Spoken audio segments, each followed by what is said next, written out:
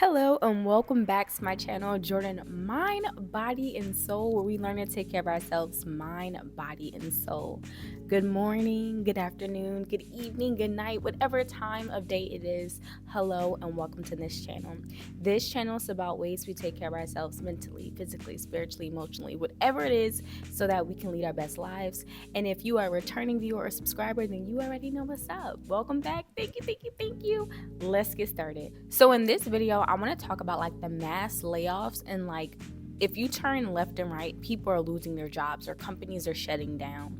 And this is a video that's going to motivate the entrepreneurial spirit. Our entrepreneurs are going to feel better after watching this video. But this is just a video about perspective in general with how we, the tribe, we, the people, are going to get through these times. Okay, complete transparency. Right now, y'all, it is time to tap in.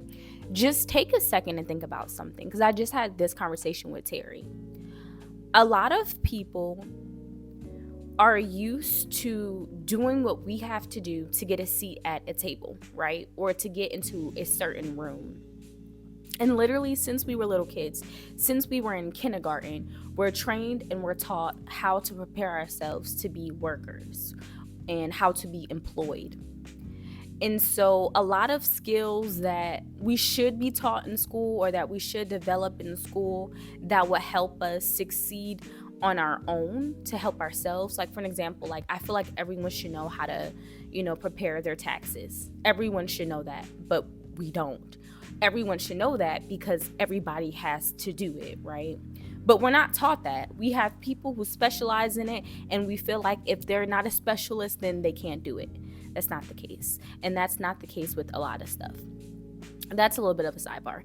But a lot of us have skills and have talents, and we dominate in our skill set, and we dominate with our talents, but we're used to bringing it all to the forefront so that we can advertise us being the best employee or us being the best worker. So we basically bid and sell ourselves off to companies that are already established. So ask yourself this one question. If a company can pay you that much, how much do you think they're making off you? I'll just leave that there. This is also coming from a person, me, who I've said this before, but any job or company that I've ever worked for, let a manager be my witness, except for my most recent company, I have always been a model employee. I have at one time or another moved up in leadership and got like a higher role, or got like some type of like employee of the month or some type of recognition, or every time there was a raise or any type of incentive to show like how hardworking and dedicated we are and how much the company appreciates us, I have always received my flowers. With that being said, and with that being understood, that means that all I have to do is focus and channel my energy into what I want for myself, into what I want to create, and I can use that same skill set to dominate and have my own business. The same is true for you. The problem is, again, that we're constantly taught that we have to get these degrees or get these certifications, and they're to prepare us for employment instead of our entrepreneurial journey. And I already know, right? Someone's going to be like, well, not everybody can own a business. Okay, cool. Then you have to turn, because then this video's not for you. But if you're not one of those people and you are a person that's like, yeah, you're right, I've always been, the model employee, people's always really giving me my flowers and said that I was great. The next part is the execution.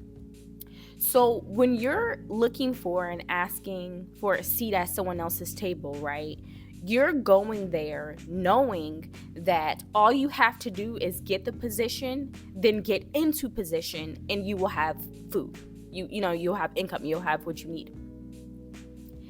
And that gives most people, even me, a sense of comfort, because I know if, let's say I'm working at a coffee shop, I know that on a slow day, I'm still going to have my income for the day. On a busy day, I'm still going to have my income for the day. And we train ourselves, and we've been taught to be on that schedule, right? That bi-weekly payment schedule, that, whatever it is, the payment schedule that you're on, we've been taught to look for that. So it's scary because bills are also scheduled around those dates. And when you're on, and I'm telling you, someone who's on it right now, and I'm letting you guys know, when you're on your entrepreneurial journey and you're doing what you can to fuel your business while still breaking free from being on like a 9-to-5 structure, you have days where you're slow, right? And on those slow days, unlike if you had a 9-to-5 where you're still gonna be fed your crumbs, you're not making money that day, right? But the next day you show up and you've made double, you made triple, and that might happen for a couple of days, and then it slows up. So you lose like that structure of, this is gonna happen, this is gonna happen, this payment's gonna come, this payment's gonna come, and it's scary, and it's a tough place to be. But I'm telling you, as a person who's experiencing it right now, you will make it. Let me tell you something else. So Terry sat down with me because we're both in this transition, right? He told me, think about it like this: $30 a day on average is all you have to make $1,000 a month, right? And of course, being, having bills and the things that you need to take care of, most of us need to make more than $1,000 a day, right? So you can like cut it and figure out, what the amount is that you need to make, but that's all you have to make. And on your entrepreneurial journey, like I said, you'll see that, okay, well, I sold some soaps today, or I sold a couple of my journals today. So today I only made $40, right? And then tomorrow I might not make anything. And then the next day I might not make anything. But then the next day I might make $200. You know what I'm saying? And so once you learn that it's okay to break free, then you'll feel more comfort. You'll feel more confident in your choice. So let me put things into perspective for you. Terry's business partner, who he met at their previous job, spent 8 years at the company they worked for. And he's the type of person where he has these great ideas. He has, this passion for different things, but he just needs a little push, right? He needs a little motivation externally. And some people are like that. Like, some people have everything that it takes to be a leader, or everything that it takes to be successful, or have whatever it is that they want, but they just need outside validation. That's just how some people are. And he's given his all. Like, he's really done a great job at the previous company that they worked for, right? But it seems like at that job, there's a cap. Like, there seems like you can only go so hard for so long. Their boss let them go, both of them at the same time, with no warning. And instantly, a person who's been giving their all, who's been showing up on time, he barely called out of work, like, who was a model employee, had 8 years go down the drain like this, and did not get so much as a warning that he was going to lose his job, did not get a departure, thank you, letter or card or anything other than, I'm sorry, bye, right? And although that's the reality of a lot of people, we have to get used to putting ourselves in position to handle our own.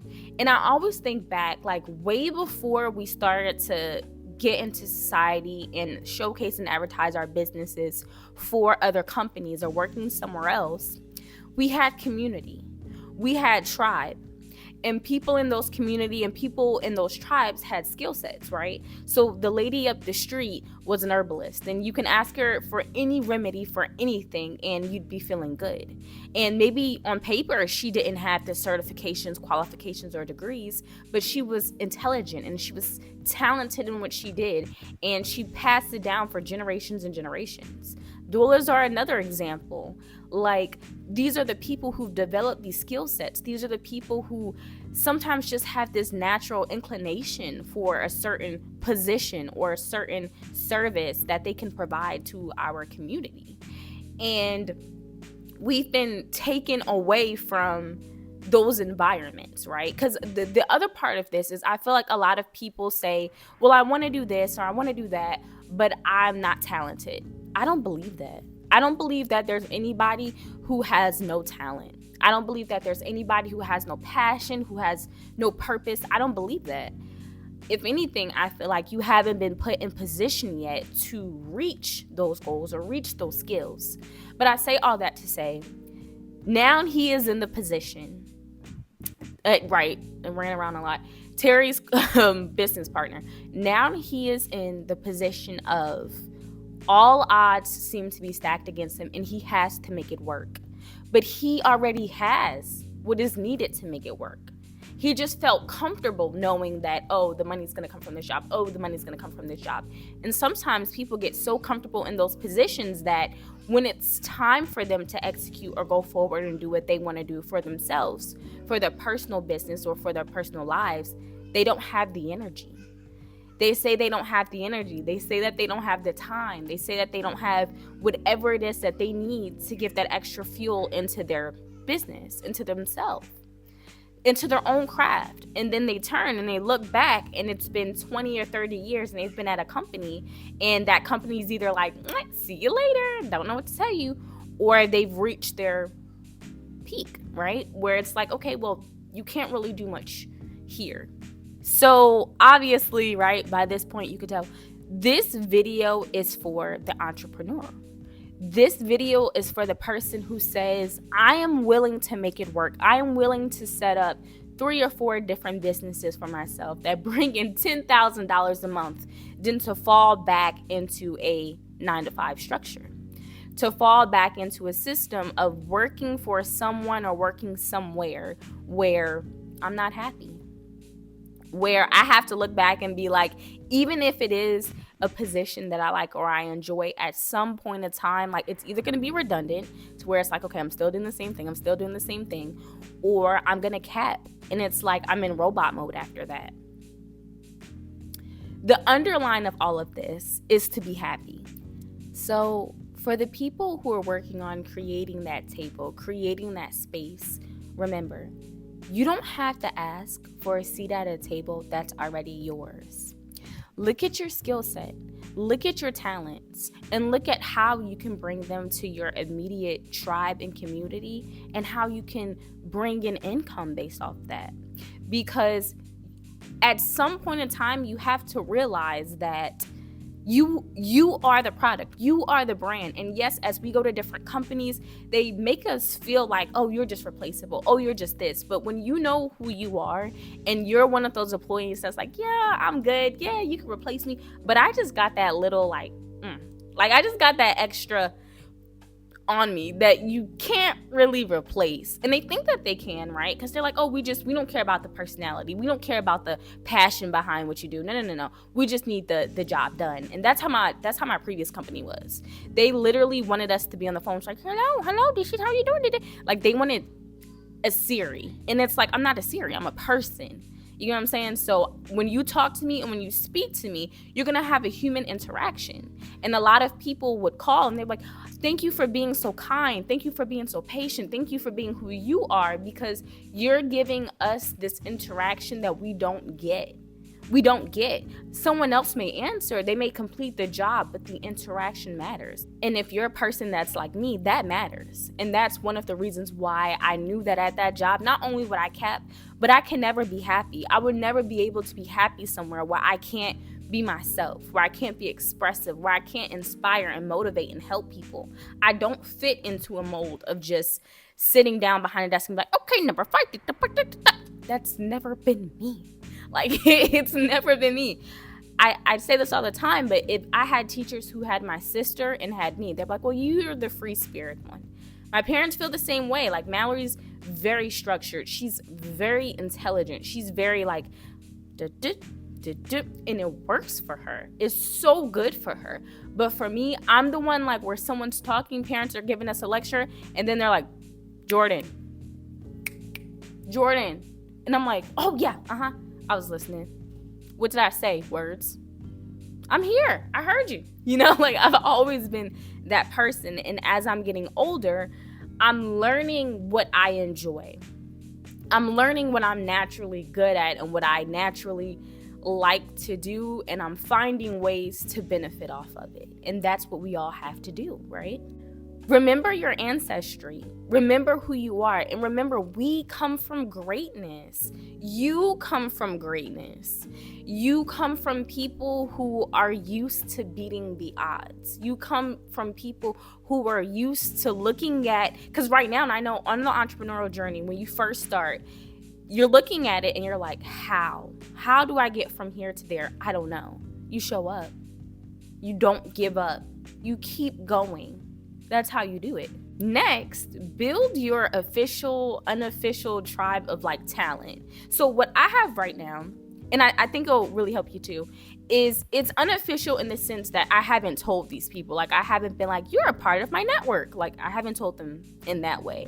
But in my mind, I think of, okay, if right now today, everything were to shut down, who could I rely on, with health tips?